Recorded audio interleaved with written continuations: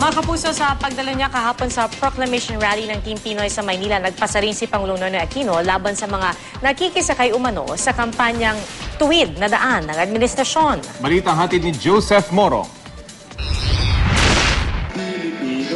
Mismong si Pangulong Noynoy Aquino ang nagproklama sa 12 senatorial candidate ng Team Pinoy.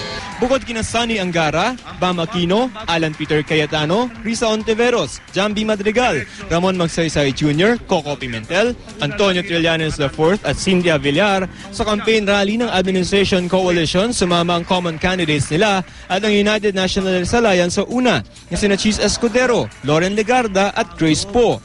Sa kanyang talumpati, ibinida ng Pangulo ang mga reforma ng kanyang administrasyon na ani may pagpapatuloy raw ng mga kandidato ng Team Pinoy. Sa aking mga boss, sa darating na Mayo 13, muli tayong haharap sa sangandaan.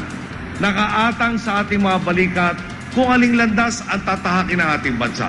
Kukunin ba natin ay ang mga tutulong para lalo pang pabilisin ang pagbabago ng ating pulipunan?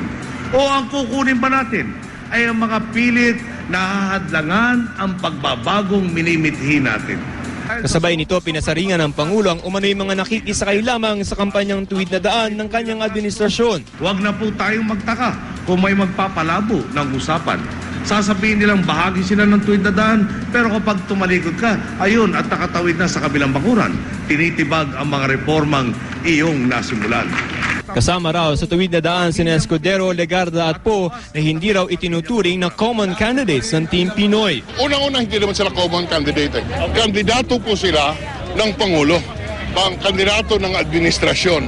Inadapt sila ng una dahil kulang ang kandidato nila. Hindi sila pwedeng umakyat? May usapan yan na dito sila sasama sa amin. Okay. Pero sir, pag halimbawa pumunta doon, anong gagawin niyo? Ay, sa kanila na yun. May usapan. Hindi na itinanggi ng campaign manager ng Administration Coalition na si Senator Franklin Drilon na idinidikit talaga nila ang mga kandidato sa Pangulo lalo pat mataas ang approval rating nito. Midterm election is a referendum of the President.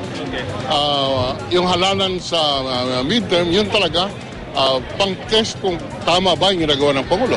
Kaya naman hindi lang sa kick-off rally kundi sa halos lahat daw ng campaign sortie nila sasama ang Pangulo. The President will be in at least 16 of the 23 sorties na parating. Well, importante ang presensya ng Pangulo. Pag nandun ang Pangulo, maraming pwedeng mahila. Ikinasa ang proclamation rally sa Maynila na pangatlo sa mga lungsod sa bansa na may pinakamaraming botante na batay sa pinakahuling voters record ng COMELEC ay aabot sa halos 1 milyon. Joseph Morong, GMA News.